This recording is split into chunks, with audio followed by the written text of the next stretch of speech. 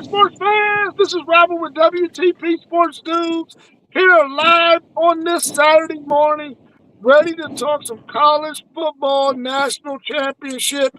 It's all set. We're going to have number 10 Miami versus number 1 Indiana, an ACC Big Ten matchup. We also got some other things we're going to be talking about on this show. Let's welcome in everybody. Let's help welcome in our man Parlay Poe of the Blitzburg Podcast. How you feeling, Parlay Poe? Man, what's going down, man? I can't complain. Ain't anybody gonna listen to me. How y'all feeling this morning? Oh, I'm good, Parlay Poe. I'm good. Good to see you in the house today, bro. We also got our man Post Game of the Post Game 86 Podcast. How you feeling, Post Game?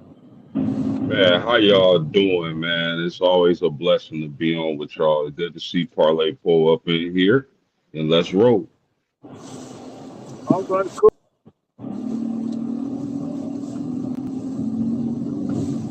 I think Rob dropped off, Poe. Yeah. Dang, how you drop off that quick? So, he My about to come back in. Yeah, my bad, my bad. I hit the wrong button, folks.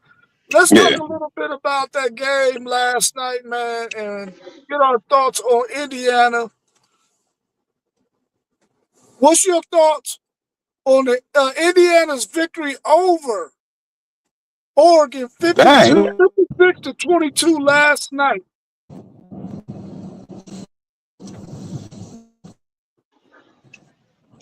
Is it? Can y'all hear me? Yep. Yeah, we can hear you. Oh, this sound like a robot.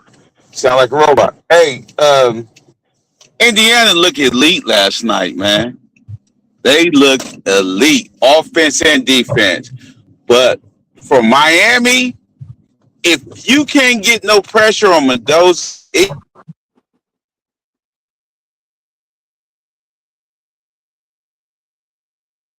making back there reading zones and stuff because he'd tear that apart. That back shoulder throw that he got, you could tell they've been doing that all year because that's that time you play. That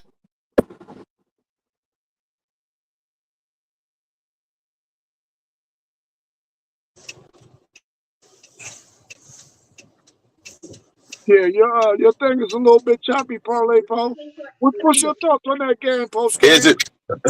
Yeah, a little bit. Man, I just gotta take my hat off to Kirk Signetti and that IU team, man. Who would have saw this coming? This hurricane coming. Um, man, the Is Indiana Hoosiers, a basketball team. Kirk Signetti goes there, and in 2 years, he's playing for a national championship game. Unbelievable job, man. I can't say enough about Kirk Signetti and what he's done for that program. Now, as far as the game goes last night, man, total domination, like Parlay Post said. I mean, for that first interception on, Oregon didn't have a chance. They didn't even look like they belong on the field with Indiana. Uh, just fundamentals, physicality, discipline. Like they just got it all. And if there's any more doubters left, I mean, how could you be a doubter, now with Indiana making it to the college football playoffs? There was a lot being said about Indiana's schedule. But again, I say, what does it matter if they're going to get in the playoffs and beat everybody? So you can make an argument about their regular season schedule, but it didn't matter. They got in the playoffs and beat everybody. So, I mean, Dante Moore, I would say one of my takeaways from the game last night is that Mr. Moore needs to remain in college for another year and continue to develop because if he gets it right, he should be the number one pick in the draft that he comes out of.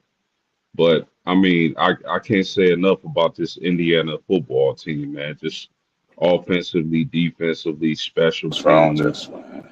just dominant. And hats off to Kirk Signetti, man. Hell of a job. Yeah, that Indiana team, man, and that coaching staff, they really have groomed these guys to understand and listen, we got to be disciplined. We got to make sure that we do everything the way it is designed to be done. And if we do that, teams are going to have a very difficult time competing with us.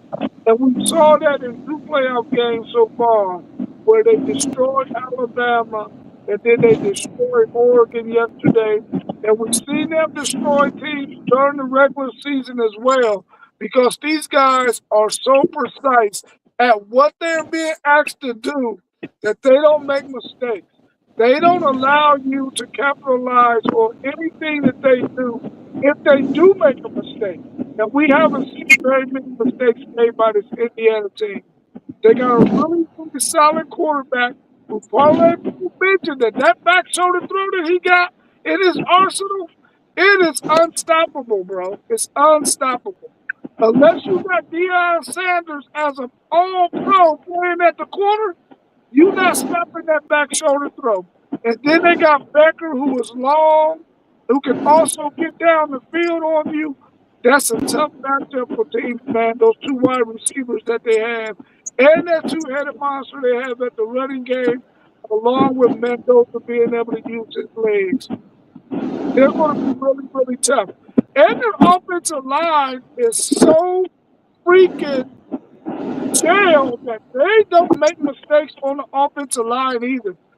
Miami's going to really have to have a game plan designed in order to beat those offensive linemen in that game on the 19th. One of the things that make Indiana so tough to beat? I think coaching, and like you said, they don't be out of place. They do not be out of place. Like their linebackers and everything be where they supposed to be. I seen one time on the first drive when Johnson for Oregon caught the touchdown, the tight end. They was out of place right then and there. And after that, they corrected it, and they well coached, man. They disciplined. They hard out. Indiana is a hard out.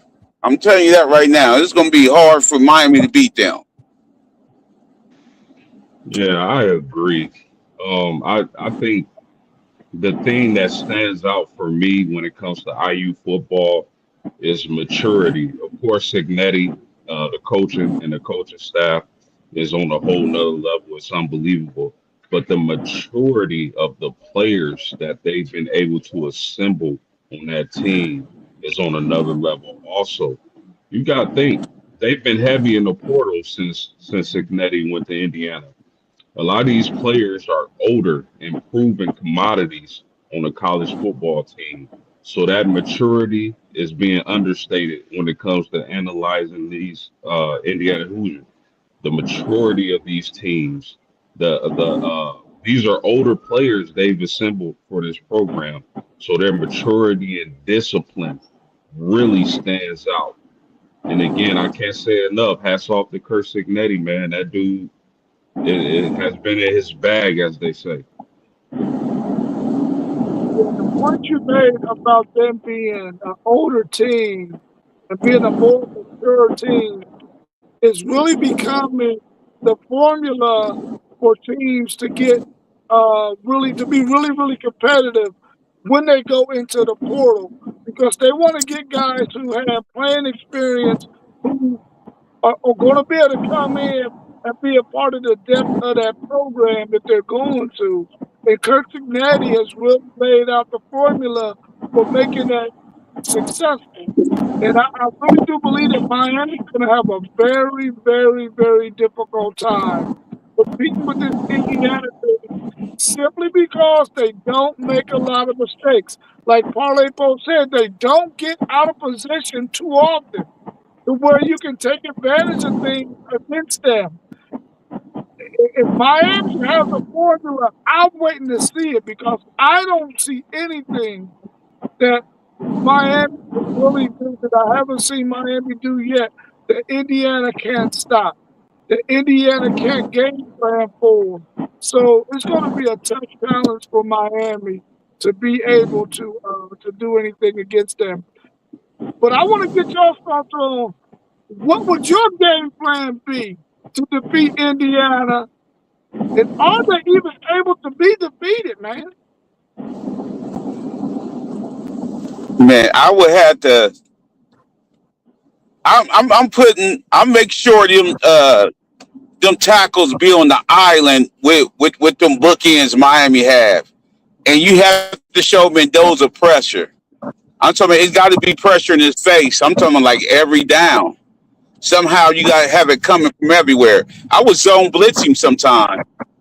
You know what I mean? Zone blitz him. I give him a whole bunch of different looks so he can't just get comfortable back there. He was real comfortable with Oregon's defense. That's what I would do. Yeah, fellas. I mean, a game plan to beat those Indiana Hoosiers right now, easier said than done. You're Man, right. easier said than done. If I'm Miami, I think the only thing you can do to beat the Hoosiers is out physical them. Because you're not going to out scheme them. You're not going to out game plan them. You're not going to outsmart them. You have to out physical them. And that's, I believe, Miami's only chance of winning this game. You have to be physically dominant. You have to kick their ass and able to beat this Indiana's team. Nobody's been able to do that all season long. And that's going to be a tall task. So, I mean, Cole mentioned it. Those two bookends for Miami have to have the game of their life. I think they got one thing in their favor is that they'll be at home for this game, which is that's really underrated in the national championship game. You get to be at home. That's an advantage. That's an advantage Miami, I gotta say. But Miami has to out phys. They gotta hit them. They gotta hurt them. Similar to those old school Pittsburgh teams, Poe. When y'all used to just crash people, man, crumble people, make them afraid to catch the ball. They have to be physically dominant and able to beat this Indiana team, and that's the only hope, in my opinion. Yeah, I was coaching against this Indiana team. I would take a lot of what you both said already. The bookends got to get one on ones with those tackles. You gotta make sure that you give Mendoza as many different looks as possible to force him to have to do a lot of thinking pre-snap and then change some things up right when he snaps the ball, where your guys already know that, listen, if they in this formation, they might be trying to do this. We got to cover that. So hopefully Miami's coaches have been watching all the film on Indiana. Because the reality is Indiana's not going to be out of position and not going to make a lot of mistakes. But maybe you can out physical them for 4 quarters and wear them down in the fourth quarter and possibly steal a late victory over Indiana. And maybe you might be able to get the ball in space to Tony and some of those other guys to where, they can make a guy miss and get some extra yards. But they got to make sure that they don't have any pre-snap penalties. You can't afford to be first and 15. You can't afford to have holding calls where you're first and 20, second and 17, that kind of stuff. And you got to make sure that you don't turn the football off or over. Keep the game close to where you can still lean on your running game. Because under no circumstance do you want to put this game in Carson Beck's hands to have to win it for you. You want to make sure you can stay balanced. But think about Mendoza. Think about that Indiana line. They have a little slight flaw with their right tackle. He get a lot of pre-snap penalties. So get Mesner and Bain over there if they can do their thing. You know what I mean? it help him out. He had like he had like 6 one game. Well, no, as a whole they had 6, so he had like 3 of them. So you have to get them on them pre-snap penalties that he's worried about the pass rush. Absolutely, absolutely. And Rob, that's a good point, man. They can't. I don't think. I don't think Carson Beck can win this game for Miami. Uh, Carson Beck has, and I don't mean this as a slight, but Carson Beck has to be an ultimate game manager in this national championship game. He can't sit back there and drop back 35, 40 times and expect not to have 3 or 4 interceptions. But this zone by Indiana is wicked. So they have to they have to be able to run the ball and hopefully some big plays on special teams. Man, SEC Sean said, I think Miami has the physical ability to match Indiana on the line on both sides. And their ability to run the ball and control the clock is the most important for Miami. Yeah, I think we all agree with that one as well, SEC Sean. They got to be able to control this clock and keep Indiana on that freaking sideline, man. Otherwise, they're going to have some trouble. Do y'all think Miami has any advantages they can exploit against Miami? Paulie Poe mentioned that right tackle. Maybe they can exploit him. Is there anything else out there that Miami could possibly exploit against this team, this Indiana team? Exploit? I don't know about exploit. I'm saying like Indiana's still a Big Ten team. You see they huffer down and ran the ball. They still want to run the ball though. You know what I mean? Like so that defensive line that when they do that 4-man front, if Indiana run at them, it's gonna be a long night. That's what Miami gonna have to worry about. They might have to go to a 5-2 if Indiana start running that ball like that with Black and Hamby. Yeah, I agree. It isn't much they've given teams to exploit. I mean, every team has a weakness. I agree with that, but good luck trying to exploit Indiana and Kirk Signetti because they do a hell of a job of covering up those weaknesses and coaching. But I mean, I said it earlier, man. I think Miami has to out physical Indiana. They just got to. They gotta on both lines of scrimmages. They gotta be more. They gotta be the more physical team. And another advantage, as I mentioned earlier, is the fact that it'll be a home game for them. So, that place should be rocking for the youth. So hopefully that translates to a mistake or two for Indiana, which doesn't happen often. But we'll see, man. I think Miami's only chance is to be the more physical team, man. So do they national championship? They split the tickets down the middle. That I don't know. I think both universities get the same amount of tickets, but you got so many people who might not even be Miami fans, who might not even be Indiana fans, who are going to be at that game that are going to be able to get those other tickets. But I think each university gets the same number of tickets, and then the rest of them is just on the open market to be sold. Yeah, because Indiana had a home game. Yeah, they got a home game for sure. So they're going to probably try to soak up all those tickets that are out there, just out there for the general public that the university doesn't get for their alumni and boosters and all that other stuff who normally get those tickets that are being given to the university. Yeah.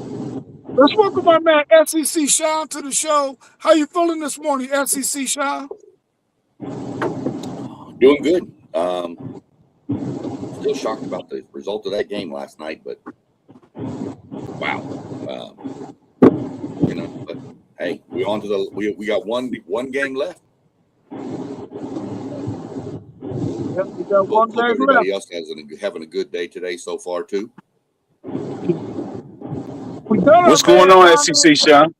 What's up, brother? How you doing? Good, chilling. Good. We got our man Donnell Irvin in the chat. He says Indiana has to stop the U players at first contact. It's the second effort that pushes Miami past opposing teams. Their O-line pushes their running backs during yardage after contact. We saw that a lot in that game against Ole Miss, where their linemen were in the pile pushing their running back to get extra yards. How do y'all feel about that technique that the Miami, really everybody uses that, but we see Miami really use it a lot here in that game against Ole Miss. Do you think they can take advantage of Indiana in that fashion? Well, I mean, I think every team, of course, employs that strategy, but that's nothing but an effort play to have your big uglies running down the field. And I think both these teams do a great job with that. If you look at last night, Mendoza breaks off on a run, does some spin moves, gets hit, ball pops out, but who's right there to pounce on it? One of his linemen. That's not very rare that you see an offensive lineman 15, 20 yards downfield diving on a fumble.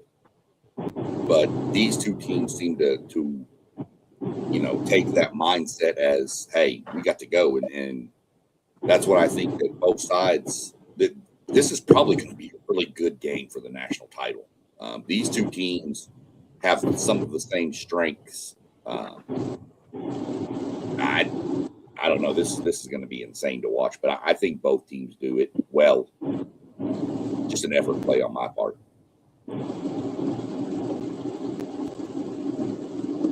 Do y'all have any other thoughts on this Miami versus Indiana matchup? Carson Beck can't lose the game.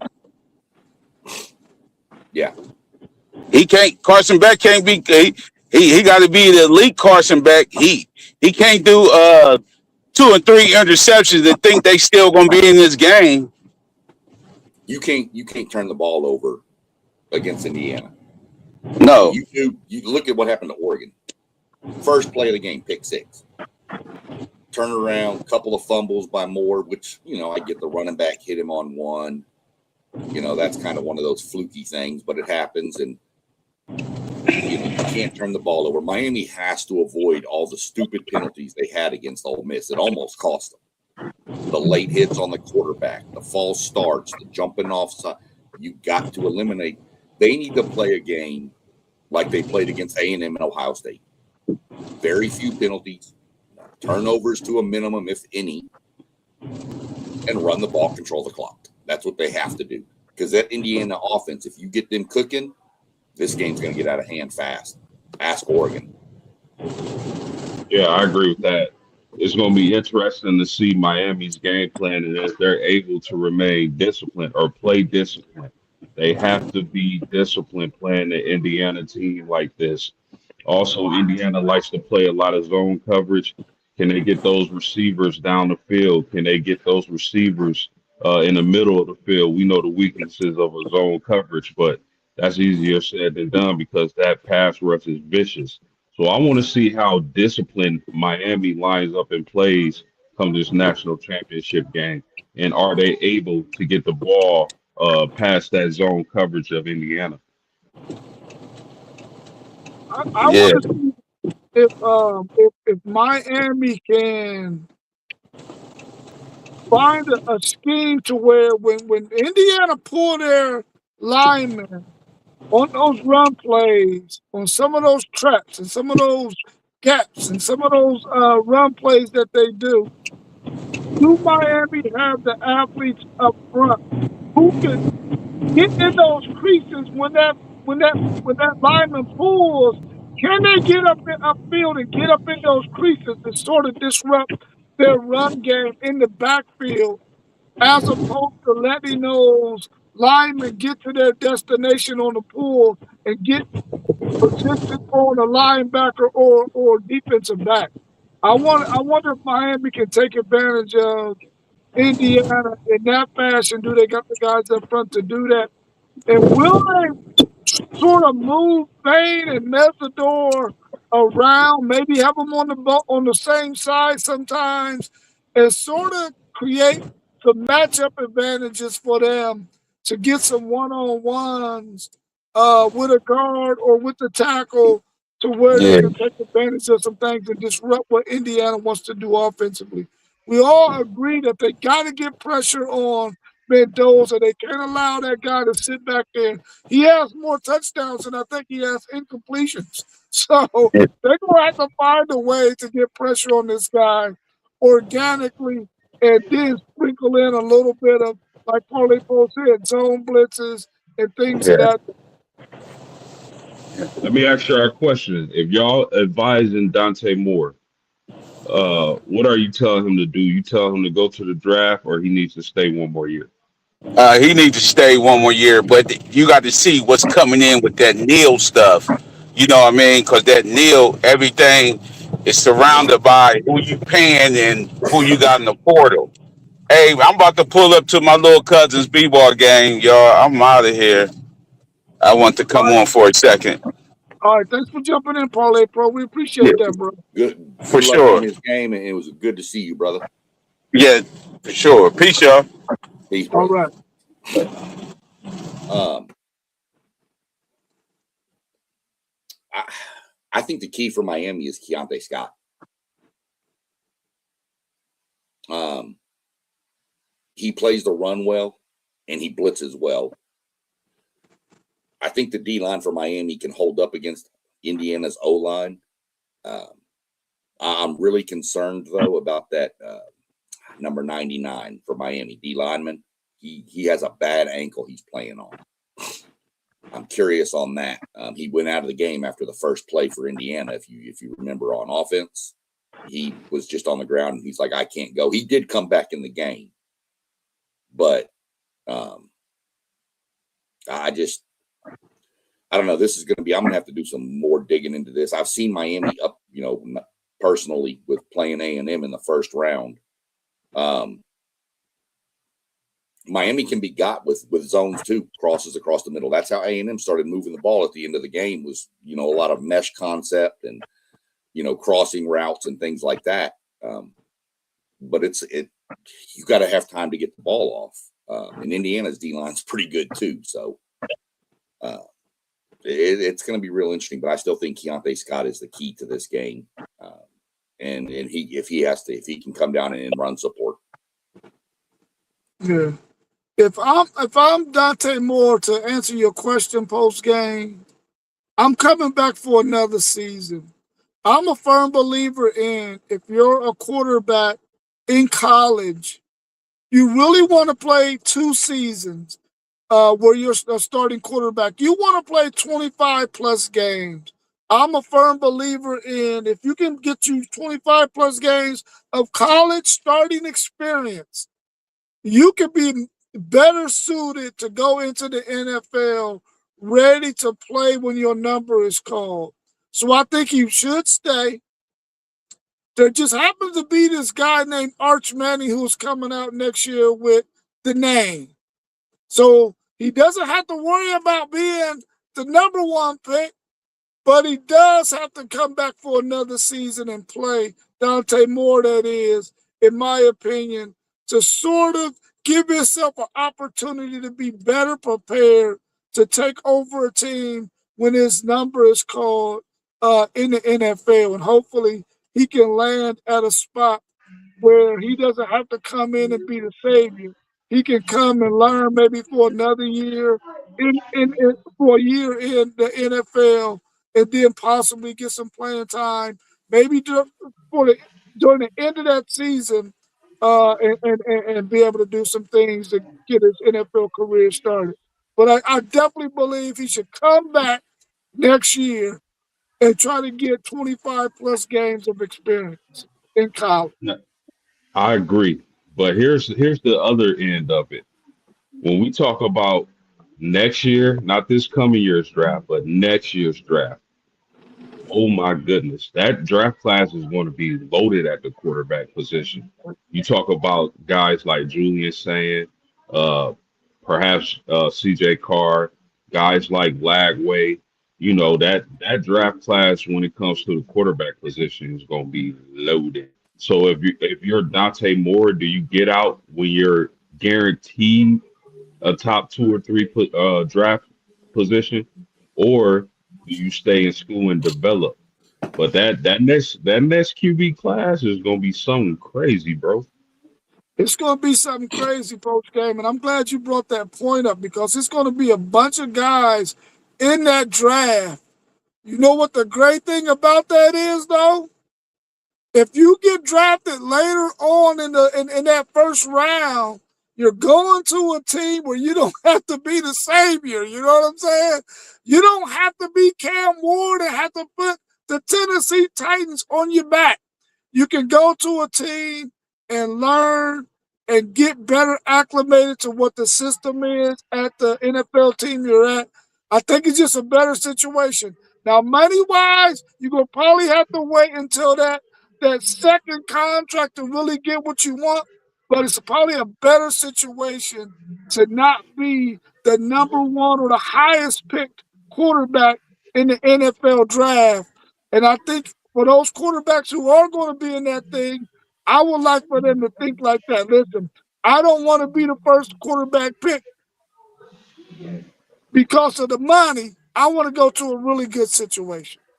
See, then I forgot this question when I spoke a minute ago. I think everything I'm hearing is he's the first or second quarterback off the board. It's either Mendoza or him. That's what I'm hearing. Yeah. You got to go. Next year, I mean, you mentioned Lagway, Carr, saying you didn't even mention the possibility of an Arch Manning, Lenoris Sellers, Brendan Sorsby, Sam Levitt, possibly even a Marcel Reed. We didn't even get into all those guys, plus whoever else is out there. What's Gunnar Stockton in Georgia could be back. I mean, you're talking. There's a few quarterbacks out there this year, but next year is a loaded quarterback draft. You have to determine what's in his best interest, and he needs to trust his people that are around him to help make that decision on, look, you can go in the first round this year, but you might, if let's say he backtracks and has a bad year last year. Look what happened to Nussmeier or Klubnik. What if that happens to Moore and all of a sudden he goes from the first or second quarterback pick to the 5th or 6th and he's in the 2nd or 3rd round? You've cost yourself tons of money now. So to me, I've always been a firm believer of strike while the iron's hot. And I think he needs to go. I think he'd be really good for college football in Oregon to come back, but for his best interest, if he wants to go somewhere and get money, I think he needs to go. Yeah. Man, Good just think question. about I'll let you ask that question after I say this post. So Go don't ahead, forget it. bro. Don't forget that question. Don't forget it. Could you imagine what college football is going to look like next year, bro, with those quarterbacks, man? It's going to be unbelievable. All of those quarterbacks getting another year under their belt. Some of them at the same school, some of them going to different schools. Could you imagine how good Marcel Reed is going to be next year after seeing the jump that he made this past season? The way you see Arch Manning get it together the second half of the season, if Dante Moore decides to come back, Lagway going to a new situation, man. Oh, it's going to be unbelievable, man. I'm looking forward to next football season like I do every season. But thanks for letting me take that time, post-game. Go ahead with your question. No, you good, bro.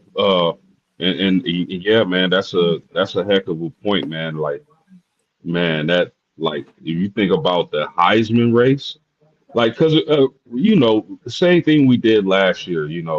We can say a lot of these guys in their situation, but who's the quarterbacks who are going to fall off or get injured or this or XYZ happens and then their season doesn't end up being what we thought it would be. But man, just on paper and looking forward, the quarterbacks next season is going to be unbelievable. So my question was going to be Trinidad Chambliss. It doesn't look like he's going to be granted another year. I know he's still fighting for that, but it's not looking good. Where does he end up in this year's draft? Like, how much did his stock increase? Where would you take him? Is he competing with those other two quarterbacks if Dante Moore enters his name? Because I was impressed by Chambliss, like big time. I think Chambliss definitely increased his draft stock.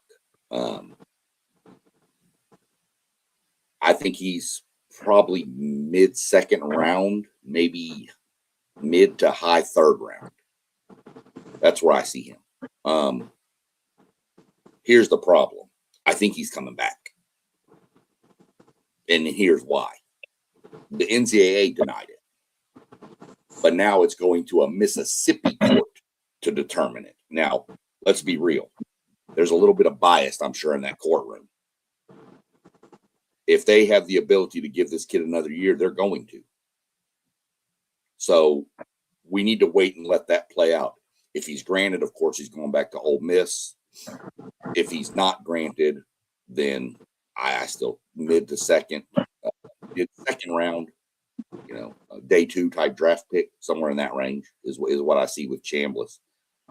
As far as what Rob said about what's college football going to look like next year, I'm beginning to wonder with all these transfers, are we going to start having teams look like these East-West Shrine games where they all have their own helmets and everybody's got different helmets on? They got the same jersey, but they all wearing their old helmet.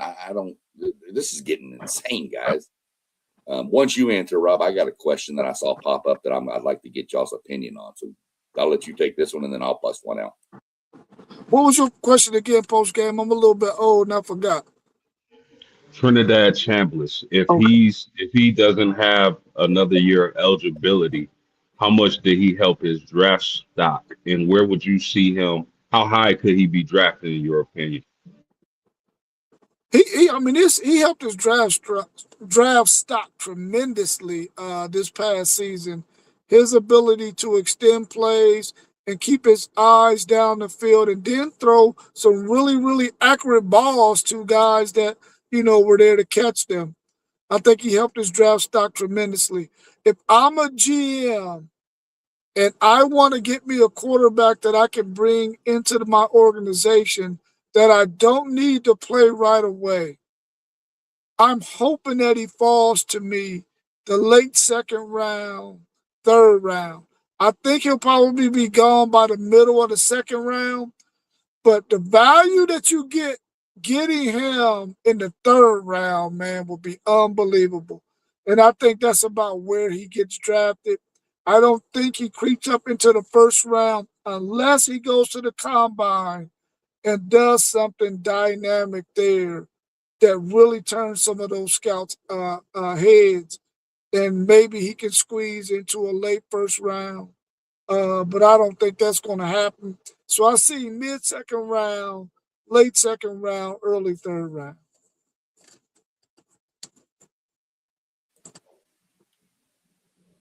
So I saw this put up the other day.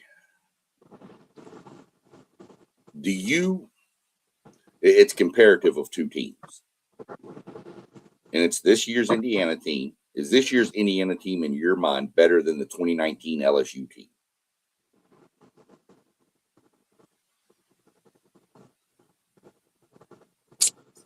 Man, that's a good question. Complete team, yes. Because you're talking about offense and defense. Yes, they're a better team than that LSU team completely as a whole. But most times when you think about that LSU team, you think about the fact that offensively, you ain't going to be able to stop these dudes, man, because they're going to put up 40, 50 points on you. And could this Indiana team stop them from putting up 40, 50 points? I don't think so. I don't think so. But as a complete team, I would say that this Indiana team is a better team than that LSU team because their defense wasn't that good. But if you just think Man, offensively, LSU all day, bro. I mean, great points, Rob. I don't have a dog in this fight. Uh, I'm not biased towards the Big Ten. I'm not biased towards the SEC. I agree with you that Indiana is all in all the more complete team, but the fact that that LSU team had Jamar Chase, Justin Jefferson, and Joe Burrow slinging the rock, I'm not going against that. I just can't. I Yeah. can't do it. I can't. If they That's play, I'm picking LSU to win. That's for sure. if they play, I'm taking the over. I don't care if the points are is over under is 90. I'm taking the over. I think that's a really good comp for as long as complete team. I don't know. I mean, Indiana's D line is probably better than LSU's at that year, but LSU has some DBs too. So, but as far as offensive comparison, man, that's tough. But I'd still I have to lean LSU. I mean, you're looking Burrow, Chase, Jefferson. I'd have to go look at the roster. There was a couple other receivers, a running back. I mean, that team was stacked. I believe I they saw had it last Randy night. And I Moss. thought it was a go ahead. Sorry, Post.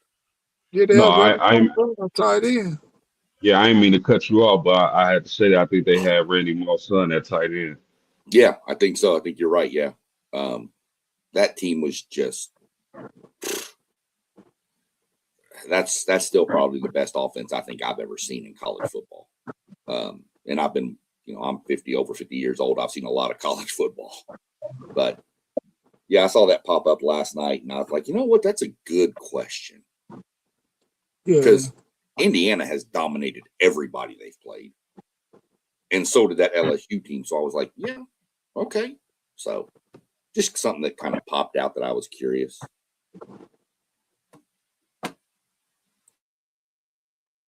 Yep. What's your thoughts on all of these players out there in the portal who we know are not going to find a home before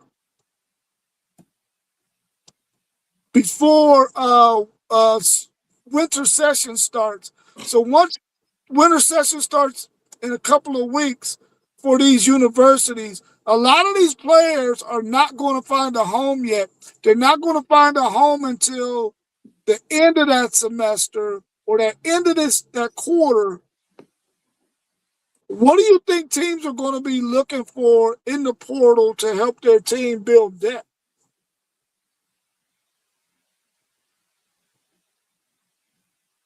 Maybe, you know, maybe some players that are, if you talk about depth building, players coming up from, smaller schools, D2, D3, whatever you want to call them, and aren't necessarily looking for a starting role, but just a chance to compete on the higher level, and who in their own right are probably good athletes. Probably was the best player on their team at a smaller school, but doesn't quite have the athleticism or the size or the strength to play to start at a big D1 school. Players like that, maybe a little older in age can help with the depth on the team. But I gotta tell you, man, with that many players in the transfer portal and this little time to find a team, like man, it's gonna be really interesting because maybe some of the players transferring from these bigger schools will have to settle going to a smaller school because they weren't picked up. But as far as depth, man, you got to find players who probably weren't recruited D1 out the gate, in that type of scenario and find depth pieces. See, I think some of these players, your top end, your Cam Coleman's, your people like that. I think those guys need to make a decision because here's the reality. You got Cam Coleman sitting right here, right? The number 2 just entered the portal, Isaiah Horton from Alabama. He's actually on A&M's campus now. But he's here. So if he's 3 million, let's say Cam Coleman, and he's 2, now I can get him plus maybe a Singleton out of Auburn for one. Now I've got two for the price of one. So that's where you're getting your depth. Defensive linemen, you can never have too many. You gotta stack depth there so you can rotate. I'm gonna tell y'all a name that I'm really interested to watch, and he's from Hope College. Okay, his name is Liam Danitz, maybe. He's an edge rusher. Runs a 10.55 in the 100, 20.92 in the 200, and had 21 tackles for loss and 15 sacks last year. He entered the portal last night and has already received tons of Power 4 D1 offers. You get a guy that fast off the edge. I'm curious. What's his measurables, Sean? What's his measurables? Let me see if I can pull him up real quick. Let me see. Okay. But while he's doing that, I really feel like these guys who do not find a home soon, and they end up having to wait until after this next semester is over, then that means you miss spring ball. And you don't get a chance to put your name in the hat, so to speak. You know what I'm saying? To see where you're going to fit in with this team. Now you come in during summer workouts and in fall ball, and now you behind the 8 ball at that point, man. And I feel like a lot of these guys may have did themselves a disservice by jumping in the portal, unless their ideal is, okay, I'm a smaller school guy, I'm gonna jump in this portal to see who bites. If don't nobody bite, I'm just gonna go back to my school. If they're gonna do that, cool. If their school will still take them back. But outside of that, man, I think they really have to be paying attention to the fact that, listen, I might not end up anywhere, and I might end up like the guy last year who went in the portal, or the group of guys last year who went in the portal that never found a home. Sometimes you got whoever your rep is or whoever your agent is, you gotta ask them some really difficult questions to make sure that that's the best choice for you. And I hate to see that these young people are going to be going out like that, man. He's 6'5", 230. Okay. Yeah, they got to put some weight on him, but that 6'5" frame is nice. And he played some running back too. Yeah, if they can put about 15, 20 pounds on him, he could be nice. Now it's a name to watch because he's asking. I think he needs another year to play if he's granted it. I think he's in one of those trying to get an extra year to move up, kind of like a Chambliss did. So we'll see what happens there. But if not, they said he's already trying to contact other colleges in the area to join their pro day, because Hope College isn't going to have a pro day. So he'd have to go to another school to try to join it. And, most coaches will let that happen. Yeah. Toe Life channel 3679 says he has the U 100%. Hopefully, Toe Life, you'll be able to tune in when we do our preview on that game later on next week. Hopefully, you can tune in and ask some statements and some questions to our podcast at that time. We'll probably do it on next Saturday, right before they're going to play that game on that Monday. So hopefully you'll be able to tune in then. But we're glad that you got the U. We know several people that got the U as well. We'll let you know who we got on next Saturday for sure at 10 a.m. I'm already telling you, I got the U. I'm picking the U because I have to. They beat us. I gotta pick the U too because I do not want to hear those Big Ten guys talking that shit. So I'm picking the U too. Come on, these Big Ten guys we got on here, they're going to talk it anyway. Hey, listen, they toning down a little bit, bro. They toning down a little bit because they Buckeyes went out. Yeah, that's true. Yeah. Yeah. Y'all know, here's a fun fact about Indiana football. Do you know that Indiana has to go 192-0 to equal 500 in their all-time record? Wow. That's insane. Which one of these is probably the greatest story between, or whose destiny is the greatest between Miami, who has not won in over 20 years, and Indiana, who nobody ever would have thought would ever be in this position? Which one is the greatest destiny? It's my destiny to win this game. Who y'all got? I'm a I'm gonna go quite easily for me. I'm gonna go Indiana, man, because I mean, look at that stat SEC Shine just ran off. Like I've said it before, never ever in my lifetime did I expect to see Indiana football at this level. So I'm gonna go with Indiana, and I don't think it's quite close. I mean, Miami is a great story too in their own right, but the U is the U. We expect them, even if they haven't been good, to be good at some point. So I'm gonna go with IU. See, I think it's Indiana easily. Miami's had all the talent in the world every year. They've just underachieved. But Indiana, when we mentioned Indiana, everybody assumed basketball, right? That's it. But now Kurt Signetti's got that thing switched around. So it's definitely them.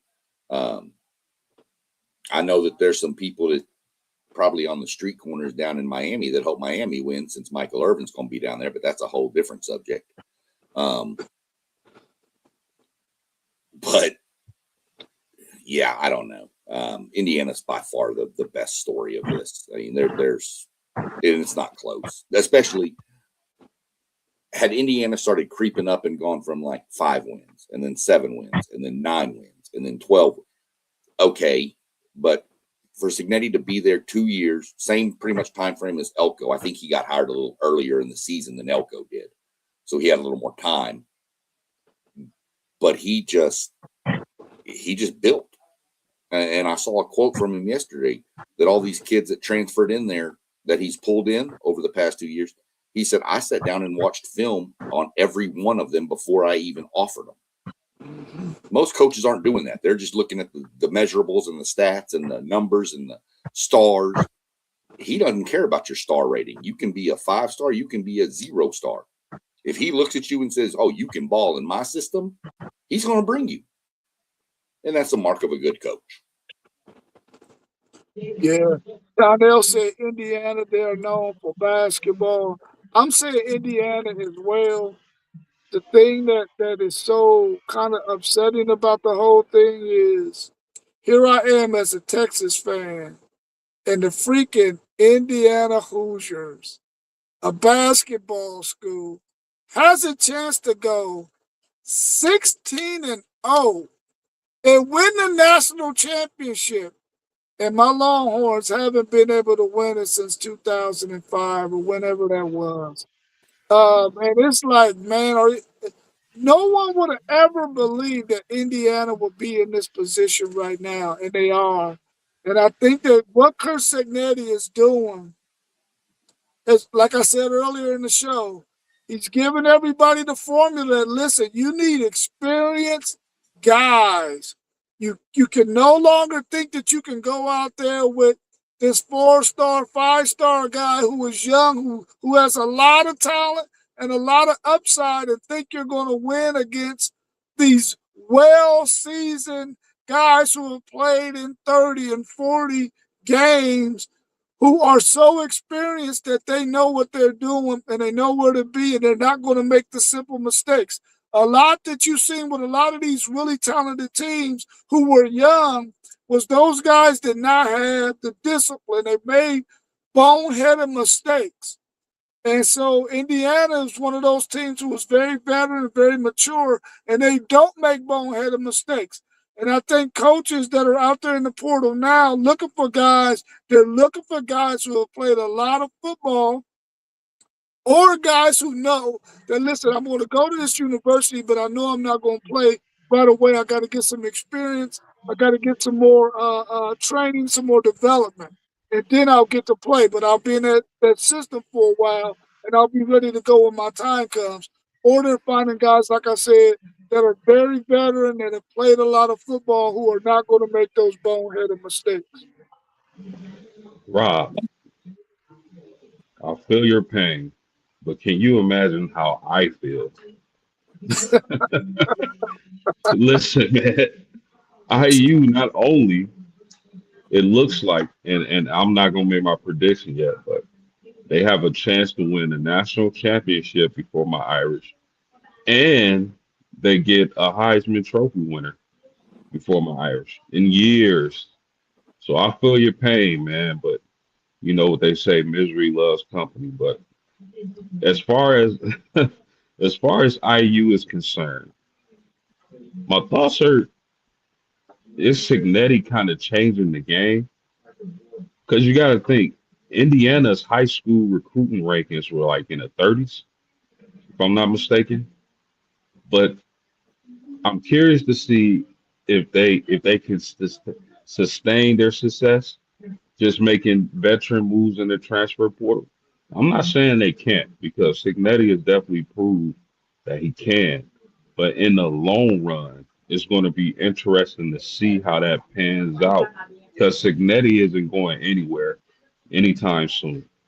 So it seems like what they're doing is focusing on the transfer portal and not so much high school recruiting. So it's going to be interesting to see how that pans out in the long run. And it could work for them. See, I think my take on that, and that's a good point with their recruiting post, is I'm not putting as much stock in high school recruiting class rankings anymore because you're probably not going to keep half those kids anyway. So, yes, it's important. Oh, it looks good. Hey, we got the number 3 class. Yeah, well, 27 of them have just left. So that 3 ranked class is now 57th ranked. So it's a matter of retention of them. I think Signetti's made a lot of good additions through the portal because I think Signetti looks for IQ guys. You hear it all the time. He's got a high football IQ. I think that's what he looks for. And then he'll work with whatever talent you bring as long as you know where you're supposed to be, how to be there, and when to be there. He'll work with whatever physical traits you bring. This is apparently I have too much free time on my hands, but here's another fun fact about what Rob mentioned. Indiana can go 16-0. And as far as misery loves company, I'm the most miserable. 1939. Now, we have had a Heisman Trophy winner recently. But, yeah. So let's not talk about past championships, please, because that makes me want to cry.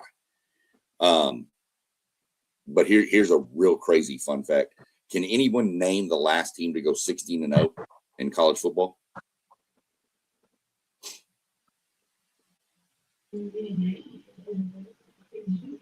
I definitely can. I can't, but I'm gonna take a stab at it, and I'm gonna say Miami. You want to take a stab, Robert? I'm going to say Texas. Hell. Yale, 1894. Yeah. You know, I was going to say one of those Ivy League schools, but I just didn't think they played that many games I didn't either. I didn't either. And apparently they did that year, and I was like, wow. But yeah, Yale, 1894 was the only team to ever go 16-0 in college football. And unfortunately, I don't think they're sitting around with bottles of champagne like the Miami Dolphins ready to, celebrate somebody losing. So, yeah. Let me ask y'all this question, man, and this could be the last question that we have. We're right up at 1 hour. Do y'all see the landscape of college football recruiting going away from recruiting a high school guy who is 5-star, 4-star, and paying them a lot of money to get them to come to your university, when now we're starting to see guys who are coming in highly rated like that are now starting to jump in the portal after 1 year on your campus. Why do you want to spend that kind of money on a guy? And if they're going to jump in the portal, do you think the landscape of college football when it comes to high school recruiting is going to probably start going away from that and just wait to get that guy later on down the line once he jumps in the portal?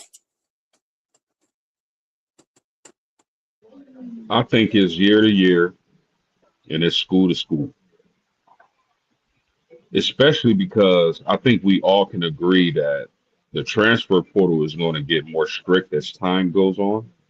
A lot of these players won't be able to transfer as much as they are now. Man, you seeing guys on their 4-15 different teams. They've been abusing the transfer portal. But I think it just depends on the program. Like a team like a Notre Dame is going to rely heavily on high school recruiting. Some other teams may rely heavily on the portal. It's a case to case scenario. Yeah, that's sometimes I hate following post game because he takes all my points. But I think that's why me and post game have to alternate once in a while because I think we do it to each other a lot. I think high school recruiting is still going to be important. I think high school recruiting is going to be where you build your depth. I don't think you're going into high school recruiting thinking you're going to get all these 5 stars and plug and play immediately just to keep them. I think you're going to use them for depth, and the ones that want to stay will stay, and the ones that want to go will go. And you're going to use your portal to fill in for experience. I mean, it's bad, but I agree with like Post. I mean, like in states like Texas, California, Florida, Ohio, Georgia, high school recruiting is still going to be hugely important to keep depth. But again, how many of them are you going to keep? And this is where there has to be some sort of justification. If you can't pay, and I'm going to throw his name out there because he's, Jeremiah or Malachi Tony or whatever, or Jeremiah Smith coming out of high school. You can't pay those kids $7 million out of high school. You don't know what they're going to do. I mean, yeah, they've turned out to be amazing and phenomenal, but how many of those stories haven't? How many 5 stars haven't lived up to the hype? So I mean, I don't know. I think you're going to see a landscape. There has to be some sort of governance on this. And as far as this portal goes, I still say what I said last night on our show, Rob. 1 transfer for free, second one you lose a year.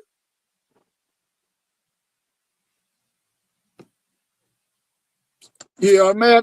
Toll Life Channel 3679 said, I'm not going to lie, I like the portal. Gives players that would normally fade out a chance to shine.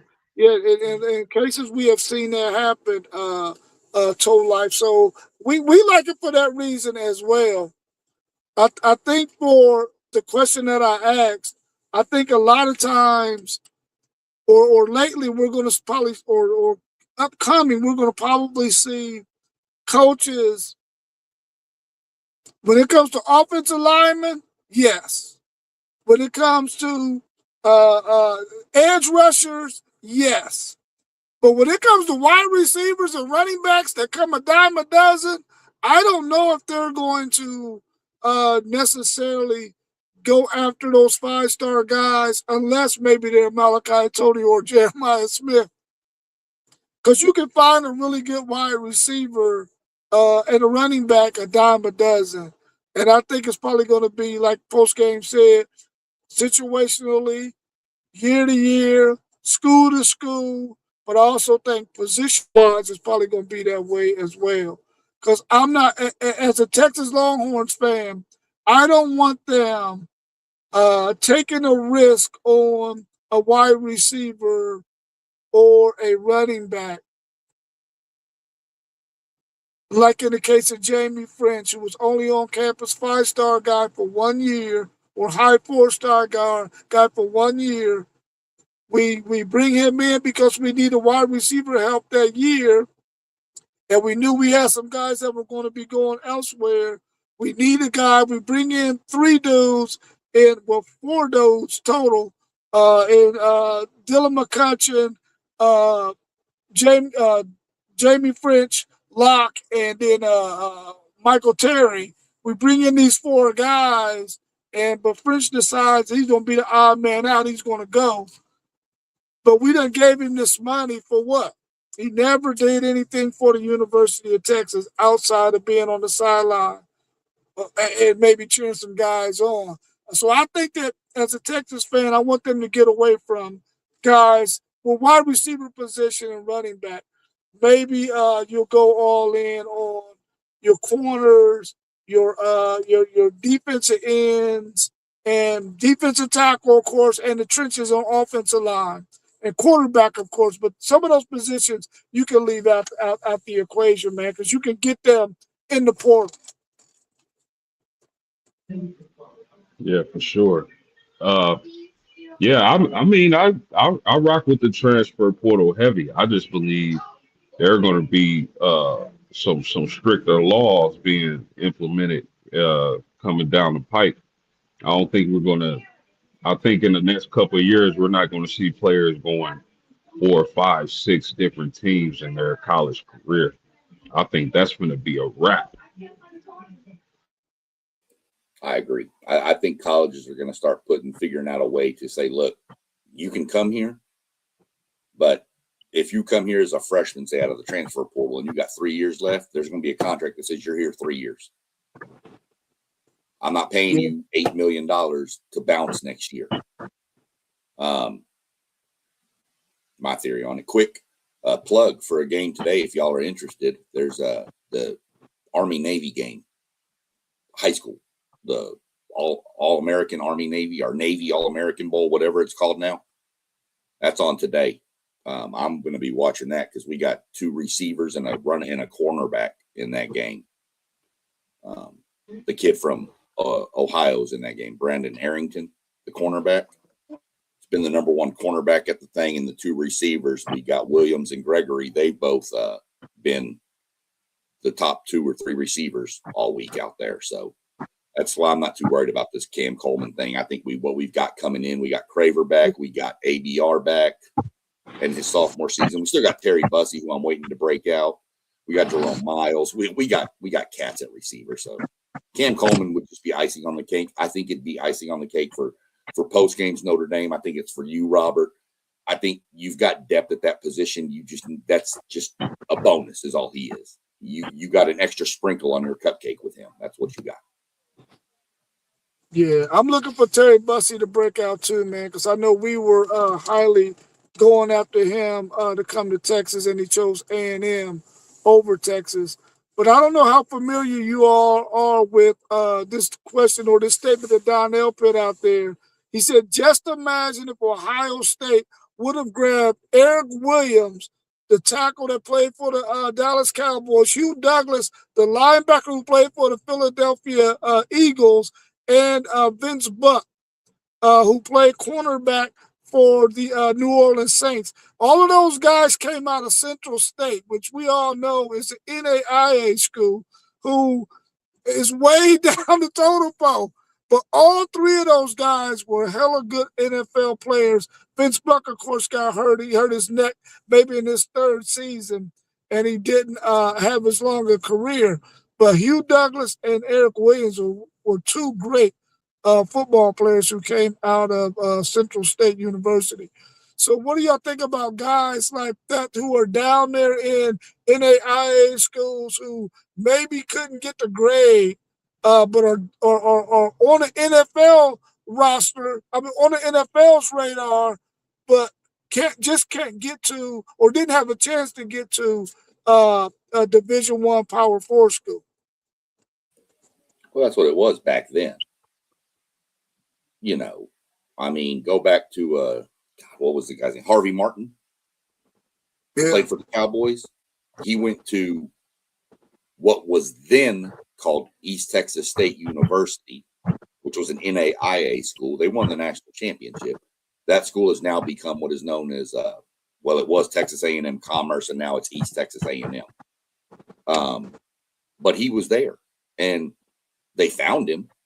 But back then, schools didn't, colleges didn't go look for those little bitty players. There was no really big transfers going on either, though. So if you want to put the era together, I mean, you would have had super teams back in the 70s and, 80s. These kids would have been transferring all over the place. You could have had something like, Notre Dame could have had Tim Brown and the Rocket and, Charles Woodson, all on one team. You could have had these like just super stacked teams. So you could make the same comment. I see his point. You could make the same comment for almost every college. I mean, Cam Newton played JUCO at Blinn College, right down the 30 minutes from Texas A&M. What if he would have gone there that year? Does A&M win the national title? What, Yeah, I agree. I agree with everything SEC Sean just said. I mean, it's just another case of the rich getting richer. You got to have a heck of a scouting department to find those type of players in the first place. And I question how much effort some of these teams actually put into finding those type of players. Because some teams do it great, some teams do it not so great. So it's just another case of the rich getting richer. That's all. All right, y'all. Well, I appreciate y'all jumping on with us this morning, and everybody out there in the chat. Make sure you like, subscribe. We have all of our channels scrolling across the bottom. You got our man Mossberg of Level Up Sports 10. So go to Level Up Sports 10 and subscribe to his channel. Hit the notification bell. You got my man SEC Sean on the screen. Go to his channel and hit the notification bell. And hit the subscribe button. We got our man Post Game of the Post Game 86 podcast on the show with us right now. Go to his channel and hit the subscribe button and the notification bell. We also got our man Parlay Poe in the Blitzburg podcast, and also our man One Take Zay. Go to all of those channels and subscribe and hit the notification bell. So anytime we're going to do content, and we'll be right back tomorrow morning at 9 a.m. and join us. Talk some ball with us, talk some sports with us, because as football season is coming to a wrap, we got to have some other stuff to talk about, like basketball, baseball, volleyball, any sport that's out there. So join us and hit the like button, subscribe, and anytime you want to give a super chat, we're here for that too. So y'all have a good rest of y'all's evening. Day. Enjoy your afternoon. Have a good time. If it's raining in Columbus, Ohio, so we ain't gonna be able to do too much outside. But if you can get outside too. All right, sure. y'all. Stay I'll locked catch in, y'all guys. later. Y'all be good. Be careful. Be safe. All right. We got some NFL football tonight, this afternoon, too. Yeah, we sure do. Playoff games today, brother. All right. Peace, Post. Be good. All right. All right, y'all. Peace.